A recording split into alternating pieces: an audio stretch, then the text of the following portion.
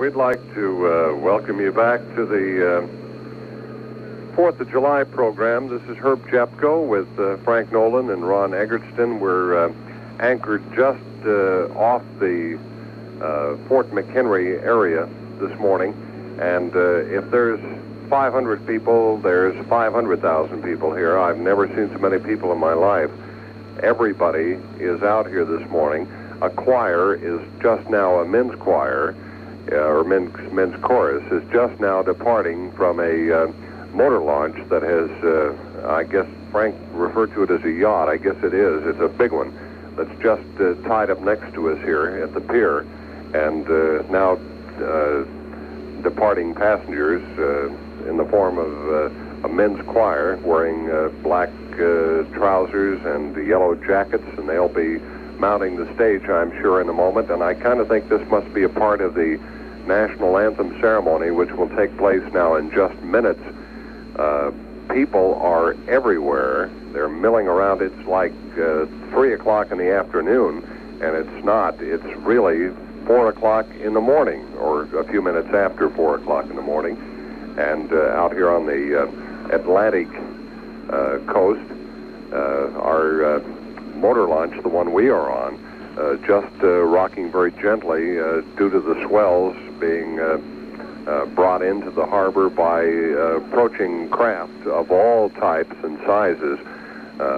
Hundreds and hundreds of small craft, small motor launches, sailboats, all kinds of small craft now all over the harbor. We understand we have a friend out on one of these this morning that's listening to us. Gave Frank and I a ride a few short days ago. We stopped to get some pizza or something, and he was nice enough to drive us home to our location at the Cross Keys here in, I was going to say Salt Lake City, Frank, but not quite. Baltimore, Maryland. And we're just happy as can be to be a part of this spectacular ceremony this morning here at Fort McHenry. All of this, and I'm sure he would be the last to say so, if he would say it at all, under the direction of Mr. Walter Orlinsky, the chairman of the Baltimore City Council, who has spearheaded this, if not directed and engineered the activity here in Baltimore, Maryland, for this 4th of July activity. This is probably the biggest armada to sail into this harbor since when, Frank? Well, since the original one, when they had the battle here. I think it's bigger, even, don't you? I believe it is too. There's more craft on the water than there was then. There was just warships, haven't they? You know why? I think perhaps the small craft and large craft that come into the harbor, they probably felt they couldn't get a standing space here at Fort McHenry, the park immediately adjacent to Fort McHenry. Fireworks are going off now almost everywhere, and within just a few moments, the reenactment of the British fleet sailing into the harbor will take place, and the bombardment on Fort McHenry and the firing back will get underway, and we'll be able to see that from here, and also the raising of the American flag, or the as the song goes, Francis Scott Key, of course, wrote the words to this particular national anthem, which is our mainstay now in this country and has been for many, many years. By the dawn's early light, which is the basic theme of all of this here at the Baltimore Harbor this morning in Fort McHenry. And firecrackers and skyrockets and everything have already started, not only from the land but from the sea. And people are thronging to get moving closer now. Perhaps you've heard some of the rockets already taking place, the sounds of them. And people are already moving now closer to the bandstand, where entertainment has been going on continuously for the past 8 hours. Is that possible? Has it been 8 hours? They must have started. 8 hours. Yeah, they started at 8 or 8:30 this evening, or yesterday evening now, and it's after 4 o'clock in the morning, and it's still going on. And oh, what a beautiful display of fireworks. Perhaps you can hear it now. The bombs bursting in air, and it's happening everywhere now, all over the entire Fort McHenry area, out at sea and on the land. The men's glee club chorus now assembled on land. They've disembarked the ship or the motor launch that brought them to our pier, and they're getting ready to head toward the main bandstand here in just a moment. Very attractive uniforms, outfits they're wearing, yellow jackets, black pants with red stripes down the side, and they'll be singing. Everybody now pushing closer and closer to the bandstand area, because this is where a lot of the activity will be taking place here in just a few moments. And we can see the sky lighting up, and perhaps in the background the noise that you can hear, the bombs bursting in air, the rockets' red glare, and entertainers from many areas have come in to perform for the huge audience that's been here this morning, people that have come from everywhere to entertain and make sure that people are happy and have a good time during this bicentennial occasion, which does not end when the bombardment of Fort McHenry takes place here in just a few short moments, but it will continue on throughout the whole weekend. President Ford will be here this evening around 8 or 8:30 to address the people that are here, and firecrackers going off now. People are getting very nervous and anxious for the event to take place, the bombardment on Fort McHenry, and we can see it all. More and more people moving forward now, and lights have been especially set up in the visitor area where the people are congregating now around the trees. Beautiful grounds here. Green grass and special lights so that everybody can see and everybody will know exactly what's going on. Now more and more rockets going up, and the bombardment has started now, and we can see that from where we are. Red and green, white rockets firing into the air, the British attacking Fort McHenry answering their attack now, and as it must have been over 200 years ago when the British came up this particular inlet into the Baltimore harbor to lay down their attack. And more rockets now. Beautiful, just beautiful rockets. White, red, you can hear them in the background now. Orange in color, firing over Fort McHenry. And all spectacular greens and oranges and reds now in the sky, which people are all. Isn't that spectacular? I have seen 4th of July fireworks before, ladies and gentlemen, but nothing like this, ever.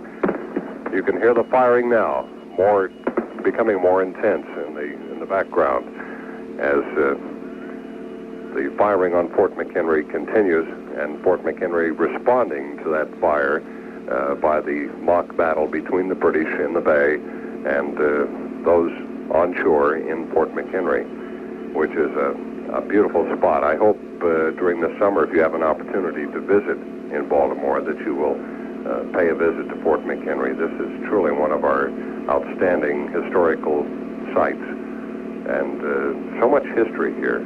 All just every rocket that bursts above Fort McHenry more spectacular than the one before. Beautiful blues and oranges and greens and golds in the sky. Just spectacular. And our vantage point here, one right after another, it gives us one of the most perfect viewpoints that we could possibly ask for on the ocean. Of course, we're right in the bay, viewing this from just about maybe a quarter of a mile from where all of this is taking place. Now reds and greens in the sky, and even rockets shooting from within the rockets, going into further clusters and bursting above Fort McHenry. The lights now over the crowd, which are standing watching all of this, have now been dimmed and turned out now, so that people can see better. And they're all pushing right up toward the front of the bandstand area where entertainment has taken place throughout the entire evening. Much of this is being carried on NBC on the Tomorrow Show. Tom Snyder has sent a crew out to do a lot of this for his. Oh, one right after another. Just something else. Have you ever seen anything as pretty, Ron? Beautiful. I won't ask you now. He's got a sandwich in his mouth. Oh, you missed that one. Oh, I didn't miss it. My goodness. It lit up the whole sky. The motor launch now, the Patriot is backing out from our pier where we're tied up at the moment, and that will give us even a better visual sighting of the British fleet as they're continually firing upon Fort McHenry. At 5:15, as I recall the schedule, the American flag can be seen more clearly waving proudly over Fort McHenry, as Francis Scott Key said, and our flag was still there. But the fireworks this morning, the rocket simulation of the bombardment of Fort McHenry, continue on. I don't think you could move a canoe out between all of those craft that are there in the bay this morning, Frank, could you? All channels are full. They really are. Yes. They, all kinds of lights flashing on and off, whites and greens and reds, indicating the location of the various craft, some very, very large, some yacht-type craft, some small motor launch. Canoes even are out in the bay this morning, as we've seen passes here earlier. Some tugboats. Of course, the entire bay is lined up with heavy ship material, the tankers, the American destroyers, which are parked in the bay, and more ships coming in. Here's another a smaller craft coming in now, a tug, I guess, bringing in some more people. I guess they've gone across the bay and have come back now, bringing more people to this particular pier. They'll unload here, and the passengers will disembark and head toward the ground. And now the entire area is completely full. I don't think there's room for another person in there, do you, Fred? It don't look like it, does it? From here, we can see quite a bit of the area, and there's nothing but people there. They're gonna have to bring some more ground in to put on top of the people to make another layer if you're gonna bring any more people in. This tug has the name Bethlehem Steel on it, and it's bringing more of the chorus. Oh, what a beautiful fireworks display. I hope if you're in Baltimore, you can see this from where you are. Get up on top of the roof or something and take a look. This is spectacular. And everybody's enjoying that, you can see from where we are. Beautiful green and orange bursts of rockets over the fort now. Gold and copper tone now in a cluster of 4 or 5, firing back and forth between Fort McHenry and the simulated British fleet, which is firing upon the fort this morning, reenacting the Battle of 1814, which really took place on this spot almost 200 years ago. Oh, pretty, pretty. I wish I could have picked those colors out. That's just beautiful, isn't it, Frank? It would have been something. Have you ever seen a more beautiful display than that? I don't know how they get that many colors in one bomb, I guess. Look at that one. Oh. Look like a submarine, even up in the air there. Surely, this is. This must be how it was on that particular morning at this precise time when the British attacked Fort McHenry. You can see the flashing lights of the bursts of rockets and mortar fire going off, hitting the fort, and the fort responding with their firing back toward the British ships. But you know, that must have been an impregnable fort. I understand only 2 Americans died and one British seaman died during that particular bombardment. That's correct. I remember my history. That's right. That's right. I briefed you very carefully this afternoon. You remember it just like I rehearsed you. But it's better to see in person. You want to get in here, sir? No. Okay. Oh, what a beautiful morning. That was from Oklahoma, wasn't it? The Men's Glee Club now, moving toward the center stage.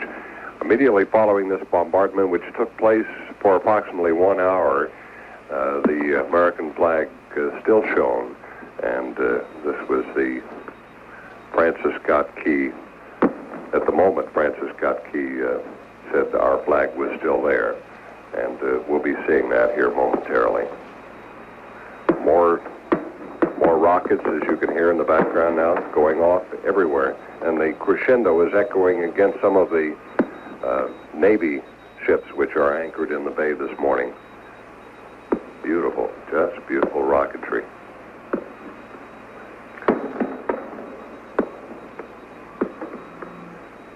All the colors in the rainbow. Look at the crowd of people out there, frankly. So many. I've never seen this many people in my life before. In one group. They started arriving, they started arriving very early in the morning. We were out here in the early afternoon, and they were coming in by droves. And now they're just, they're not wall-to-wall. There aren't any walls, but there are people from one end of the arena area, the viewing area, to the other. From fence to fence, I guess is the word, because they do have some fences up. Another tug is arriving now, the Doras. Dora? The Dora, I guess it is, bringing still more people. It's amazing how many people have arrived by sea. Who was it? Paul Revere said one if by sea, two if by land, or one if by land, two if by sea. I knew I would get the wrong horse. And another Bethlehem Steel tug bringing more people up to the pier where we're tied in this morning, and more of the mortar fire, cannon fire taking place. Yeah, really. Oh, that was a pretty one. Just went off. I wish you could be here. You're missing the greatest fireworks display I've ever seen. I've seen some good ones. Beautiful. They just keep firing, and the bombs keep exploding. Meanwhile, fireworks going off very close to the crowd area this morning.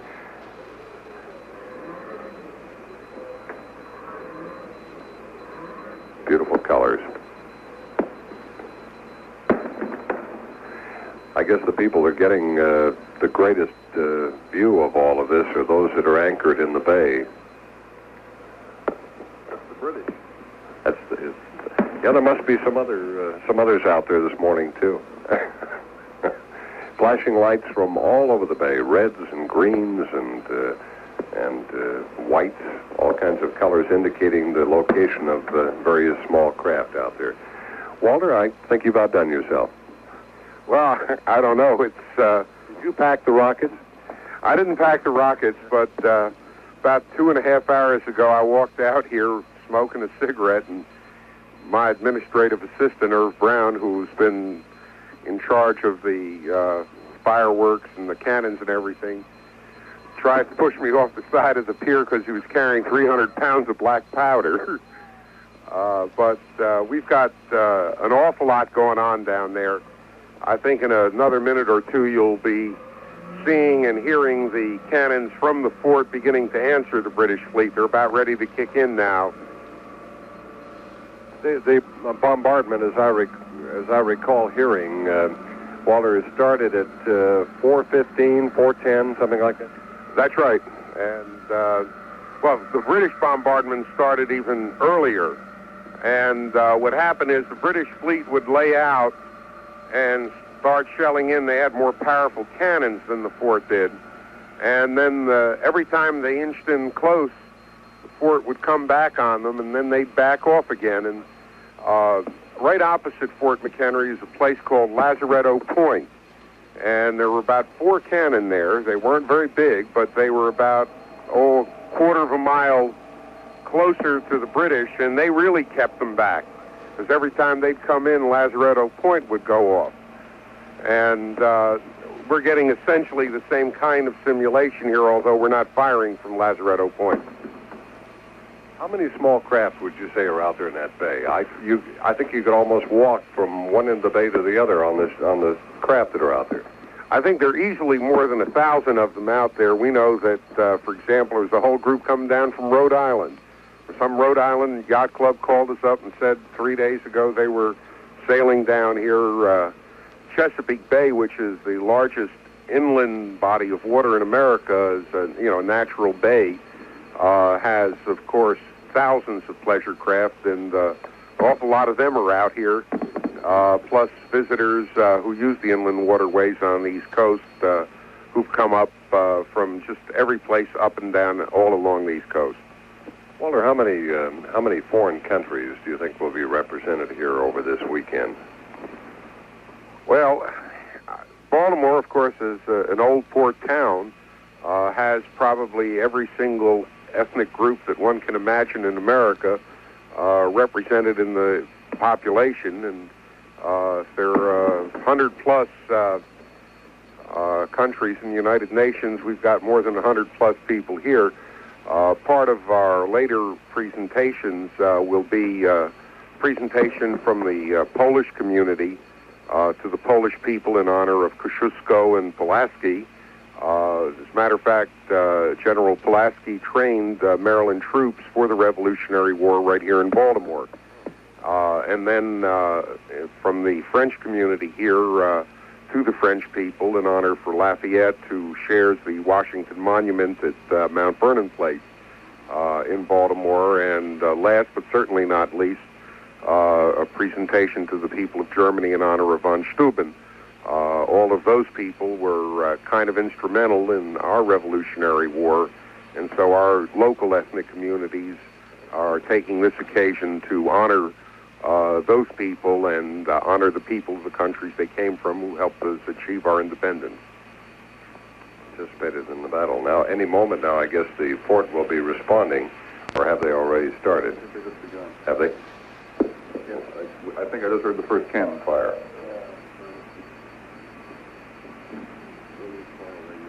Maybe you can just barely make it out there in the distance, the firing that's taking place. Sounds like it's coming from all the way across the bay, doesn't it? Well, we have a big Lehigh concrete holding thing, and what we're getting is the echo. We're about half a mile off of where the response is coming from the fort, and it ducks around the peninsula. The Fort McHenry, and the reason why it's so important is that it is a peninsula, and in terms of how we've tried to organize both the crowd and the firing so that it would be safe, the cannon are on the far side of the fort, on the other side from where we are. So I guess a lot of the listening audience isn't catching all of the feelings, but I can say that the people who are standing on the fort grounds are feeling the kind of reverberation. Well, they heard that one, Walt. That's good. That was a good one. But the kind of reverberations that the Americans felt as the British were coming in with their ordnance. How many people, or how many of our troops were actually in the fort during the bombardment? There were over 1,000 troops in the fort, and then there were a couple of thousand stretched out from Baltimore City through Baltimore County, trying to head off General Ross's troops that were coming up from the old North Point Road. And what happened was that General Ross stumbled rather inadvertently into an ambush. They still fight about who had the honors for doing him in. General Ross was one of the key figures in the British victory over Napoleon. And he was shot and he died. And that brought the troops into retreat. And when the troops retreated and the British found that there was no way they could come through Fort McHenry, that was literally the end of their adventure in Baltimore. And the result of that was that the peace treaty was signed in France about 2 months before the Battle of New Orleans, where Andy Jackson became an American hero, but communications were so bad then that neither the British nor the Americans knew that the British had sued for peace, and so the Battle of New Orleans sort of took place in a vacuum. All those people for nothing, huh? That's really what it amounts to. The critical point in the Second War of Independence in 1812, 1814 was the battle here in Baltimore when General Ross died and the British had to retreat here. They then sued for peace in meetings in France. Neutral country is always necessary for those things.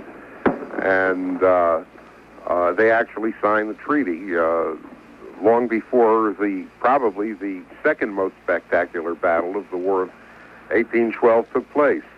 And that was the battle in New Orleans. A lot of history here. You can see the people are just enthralled by the fireworks and by the demonstration this morning, and I think they want to and into the morning. Now at approximately 5:15, 5 to 5:15, somewhere in there, the Star Spangled Banner will be played, and you must have a large chorus coming in too, Walter. Well, we've got a couple of choruses coming in. We've got the chorus of the Chesapeake, which is over 300 people. And we've got the Morgan University Choir coming in. That's about 125 people. And the Mount Winans Choral Ensemble, that's 45 people. They'll all participate in parts of the program. After the singing of the national anthem, we will have an interfaith service that Cardinal Sheehan, Lawrence Cardinal Sheehan, will lead. With members of all faiths represented, and that will be interwoven with prayer plus the singing from Morgan and from the Mount Winans Choir. Then after that, the chorus of the Chesapeake takes over. When we do the national anthem, by the way, we're not going to do it with any musical accompaniment in the background. Of course, on radio you can't see, but what we've done is, at the fort, the flag flies rather high. And right underneath the flag, we're going to have William O'Mara, who was on earlier in the show, singing the Star Spangled Banner as a soloist, but without music. He'll do the first and the fourth verse. And then John Davidson will pick it back up again. And we'll ask everyone to join in the singing of the national anthem. The way the fort is darkened now, we're hoping that the dramatic effect will be felt, because what we've done is our whole show has been on the water side of the fort. And this will be the first time that anything will be heard from the fort.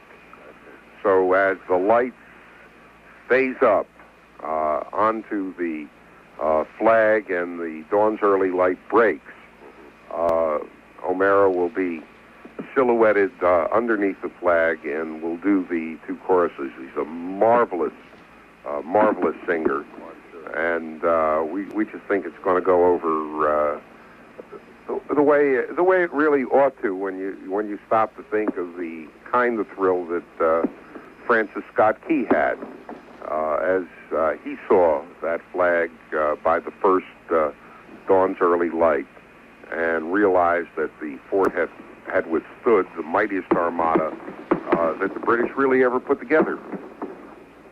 What do you think these aircraft overhead must think of all this down here, Walter? I know some of it, of course, is our local helicopters, although the one you're pointing to now must be a pilot coming into Baltimore, Washington International, and I'm sure he's confused. There's another one. Yep. Now that's a helicopter, isn't it? I think the only thing missing is the blimp. the Goodyear blimp. Yeah. Well, they blew this one. Yes, they did. But no, this is just the kind of thing I would always want to have said I was at if you were going to have 200th birthday of your country. and we're just delighted with the way the performances have gone, the way the crowd has been. We've had just, with all of these people here, there are over 75,000 now. Everybody's been well behaved. Everybody is enjoying everything, and it's just going so swell. I mean, it's really great. Well, you're to be complimented, Walter, and your staff for putting all this together. I can't imagine how an organization could do it and have it carried off so well, but our compliments to you, really. Well, it's really a compliment, I think, more to the people of the city of Baltimore, because I think that we have one of the really great cities in America. We're not a very loud or boisterous city. This is probably the biggest thing we've ever done since we had our big fire here back in the early 1900s. But it's a steady city, and you'll never find us on the people, anything like that. We just kind of keep moving forward. And Aiken and Conrad would say we just keep rolling along. And as a matter of fact, they're doing a show about Baltimore. It's one of the reasons they're here tonight is not only for the celebration, but they're doing one called From Baltimore to Eternity. I haven't the slightest idea of what it's about, but this is one of the cities that their Moving On series will be covering. You'll find out when they move on into City Hall, probably. Well, we certainly welcome them as they move on to City Hall. You know, we're in a temporary City Hall now. Our City Hall is 100 years old, and it's showing its age, and we had a choice of tearing it down and building a new City Hall or recycling the building. And we chose to recycle the building, and so we've rented ancillary office space. And when our City Hall is redone, the facade and everything is 100 years old, but the interior will be modern. It'll have double the space it had. And we think it's going to be really one of the great showcases in America of what you can do when you care about your past. That's great. I didn't know you could. I knew you could recycle cans and bottles, but I had no idea you could recycle a City Hall. You know, it's interesting to me.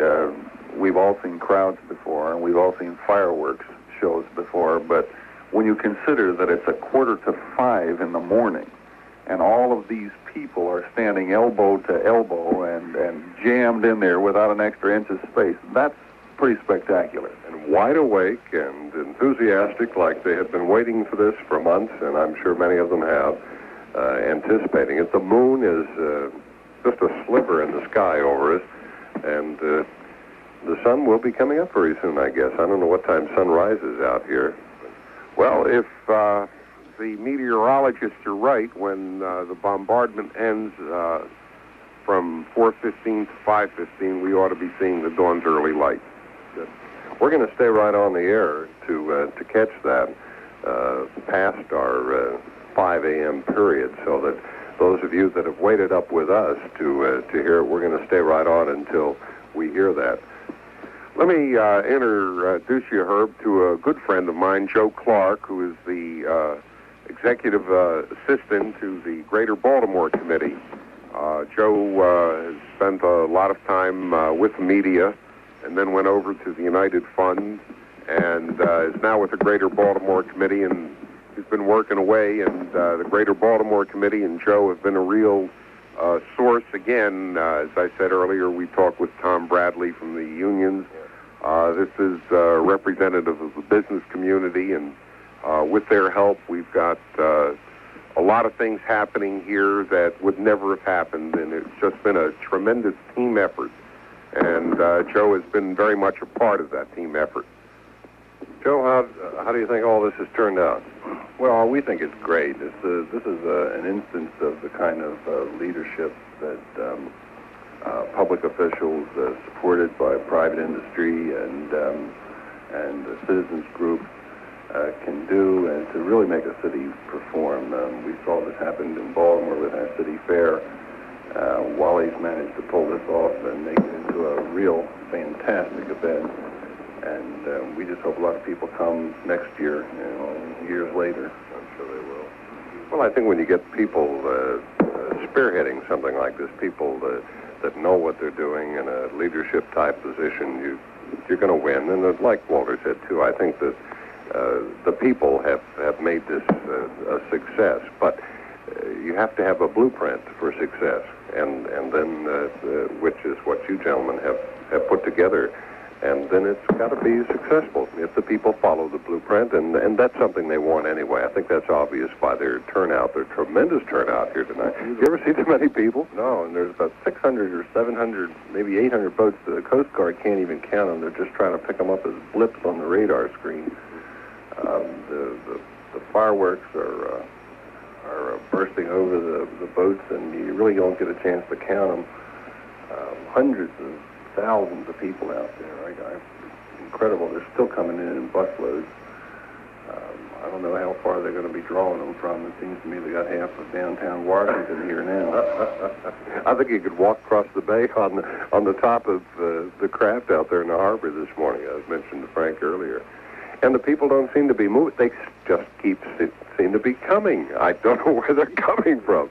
There's no room to move out there. They can't move at all. They've climbed every tree and they're standing on every hedge. What's going on the main platform right now, Walter? Well, nothing now. What will happen is that as the bombardment comes in, it'll last an hour. Then not only the bombardment coming in, but the firing back. Then Davidson will pick it up again with a very brief introduction to the singing of the national anthem. And then, for the first time, as I indicated, from the fort itself, Mr. O'Mara will carry the national anthem, the first and fourth verse, and then ask everyone to join him. And immediately thereafter, Cardinal Lawrence Sheehan will lead an interfaith service that'll be coordinated by Marion Bascom. Give him a plug. He's running against me, but that's all right. We've got a good town, and we've got a lot of spirit. We never let these things worry about us. No, you know, it's a good feeling to know that you can get that kind of cooperation in a spirit of really wanting to do something. For years, we've had the city fair now for 5 years. People from all over the world come here to take a look at our city fair because in the course of 3 days, in the September weekend, we've drawn as high as 2.5 million people. And the city fair is really the counterculture, if you wish, to the old-fashioned country fair or county fair. We're drawing more people than the most popular, the Nebraska Cornhusker Festival and so on. Why, Walter? Why? Well, the city fair is built around neighborhoods. See, Baltimore, like most older cities, is a collection and agglomeration of a lot of neighborhoods, a lot of different people. And what we've done is try to feature each neighborhood and give them an opportunity to say, hey, here we are, look at what we're doing, look at the kinds of things we have. And people, not only from Baltimore, but from the entire Middle Atlantic region, come down for what is essentially a fun thing, and it's right in the heart of the downtown, right in the inner harbor, that furthest point that the Atlantic Ocean comes. People come down and just have fun. And it's part of a lot of different things that we've been able to pull off here. We have a thing we call Sunny Sundays. Actually, it's not Sunny Sundays, it's a sort of sunny weekend. And we have groups from, every conceivable ethnic group you can imagine will take 2-3 days and will not only serve the kind of food that represents their country of origin, but then we go off, we have music and dance, songs. We do a lot of cultural things about the kinds of things that these people have done in terms of making America. Because, let's face it, all of us who are Americans are foreigners. We all came from somewhere. Yeah. Sure. And to me, the great mystery and marvel of America is that we're a land of many nations. We're the only real functioning United Nations the world has ever had. And you get so many different people, and isn't that beautiful? I know our listeners can hear the reverberations, but the colors are just fantastic. Fantastic, really. And look at that. Oh, my goodness. I've seen fireworks all my life, Walter, but I've never seen anything this spectacular. Really, I think the people are really getting their. Well, it's free, isn't it? I would say their money's worth. They're getting their money's worth. Actually, it is free, and it's a lot freer than people think it is, because the entire festival today, yesterday, and going on will cost under $50,000. Basically, because of the tremendous cooperation we've had with the private industry, with the labor unions, and with just everybody who who could possibly have been involved. Just worked hard, and we've just done it the right way. Donation of services and time and effort, and I can see that. You have their total cooperation. I'm just amazed. And they still keep coming. Do you know there's more people there, Frank, now than there was? The crowd's getting closer to us all the time. And we're not moving. No, it's just such a good feeling to know and to see that the people really do care. That's the truth, and they're very proud people tonight, or this morning, I should say. Very, very proud, and they're all here to see all of this. We're almost up to news time here, I believe. I can't quite see my watch now. It's about 10 minutes before 5 a.m. in the morning, and of course, at 5 we'll be breaking for the latest in news, and we'll be back with more here from Fort McHenry and our peninsula here. The Star-Spangled Banner will be sung within a half hour. The flag will be raised over Fort McHenry, and we'll be describing all that to you for at least another 25 minutes. But if you're on the phone right now, calling, we ask that you bear with us, and we'll be getting back to you following the news, which will be coming up here very, very shortly. There's a kind of a chilly breeze in the air now, isn't a little bit. Walter? Well, we have a really fantastic guest, a guy who's been just tremendous here. First time anyone ever rushed the stage at Fort McHenry. The only thing... The only thing John Davidson's missing is a little blue. And you haven't seen my underwear. Oh, I was going to say tonight there's nothing to be blue about. Listen, that crowd out there they're really out to have a good time. That was really fun. But somebody threw a cherry bomb up on stage, and that's when I left. But we did cue the bombardment, and it's very exciting, as you can see. But why is it like that? Why can't they do it more? Well, one of the problems that you have is security and safety. We've tried very hard to protect a crowd now of about 75,000 people from. I'm just kidding. It really is very exciting, and it's very colorful. All the colors in the rainbow up there. It's really beautiful to see. Thank you, John. John Davidson will be singing in just about 20 minutes, I guess. Getting right back up on stage.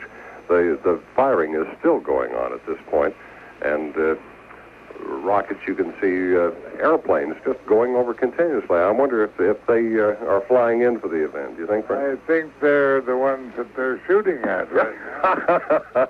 You notice the boats in the harbor, every once in a while you'll see a flash from a gun. Yes. And I've been watching those, and there's quite a few. Quite a few of them. I just can't get over the crowd out here. You know, they get bigger and bigger. I looked over there a half hour ago, and I've been mentioning this throughout the last half hour, but more people are coming in, and it's, 10 minutes to 5 in the morning? Yeah, and like I say, the crowd's getting closer to us, and we're not moving. Listen, if I were flying home, which will be a little later this morning, and it was kind of dark like this, and these rockets were coming up, and we looked down, that'd be time to get out. I don't think you'd fly home tonight. No, I'd get out and walk for a ways. Just nice and cool out. Yeah. Just a smidgen smoggy or foggy over here, isn't it? I guess that's where the steam from the ships are coming. I imagine, yeah, and that's from whatever shops, factories they have over there. But a lot of it would be from the ships. But reasonably blue overhead. The moon is gone now, which was very obvious here just a little while ago. But it's all but covered up now. And everybody's still standing and watching all of the rockets, and some of the tugs are now moving down the harbor, more of them than earlier. I noticed when we had our thunderstorm earlier, a great many of them were moving out of the harbor, I guess getting out so they wouldn't be battered in the heavy tidal activity that was taking place in here. Boy, oh boy, I'll tell you, there are a lot of ships in that bay, and the fireworks still go on this morning, back and forth between the fort and the fleet.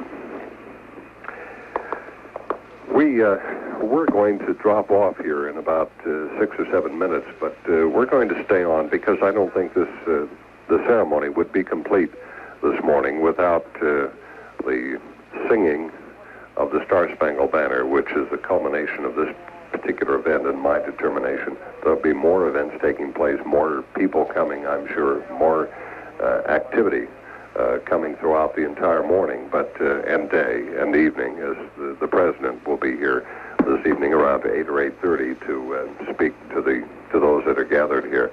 However, those of you in the eastern part of the United States will not be able to hear us beyond 5 a.m. in the morning, but you see it's only approaching 2 o'clock on the Pacific West Coast and approaching 3 o'clock in the Mountain Time Zone and approaching 4 o'clock in the Central Time Zone. So we'll be with you for as 15, 20 minutes after 5 o'clock anyway in the morning out here so that we can present the Star-Spangled Banner and the raising of the flag. And as they mentioned, our flag was still there. Oh, is that spectacular. Lit up the entire bay with that particular shot this morning. So we'll just remind you where we are this morning, and I'm sorry that we can't stay on the air with you longer out here on the Atlantic coast this morning on the air, although we will remain in the Central Time Zone, the Mountain Time Zone, and the Pacific Time Zone for another 15, 20 minutes anyway. But we want to remind you we're speaking to you this morning. We've been trying to describe some of the history, some of the events that have led up to this particular activity here at Fort McHenry in the year 1814. And I'm only sorry that more of you were not here, although I don't know where we'd have put you if you'd have come. But we'd found a space somewhere.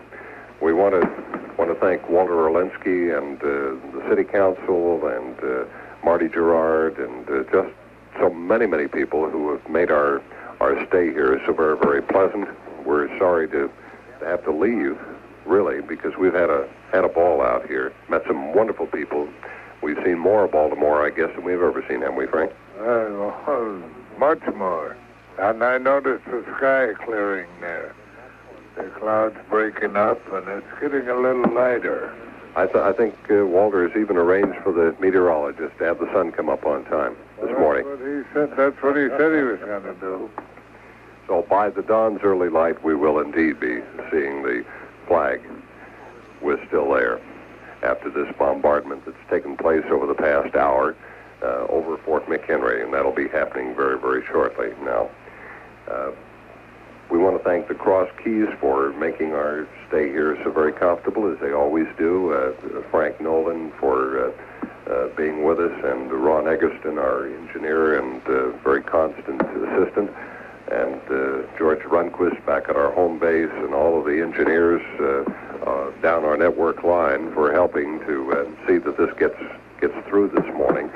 And there'll be a few. I think that one's headed right for our barge. There it is. No, there it is. Way up there. See it? Oh, boy, how about that one? I think it's a parachute. Really? It's a red glow way up high, and I wonder if that's significant of something. Anything special? No? Just one of those things. It was just one of those. And it's rocket's red glare. Right. Moving down very slowly. It's a parachute flare that somebody has fired almost directly overhead and is drifting just right out over our barge this morning. Parachute flare, that's what it is, isn't it? 2 minutes? 2.5 minutes.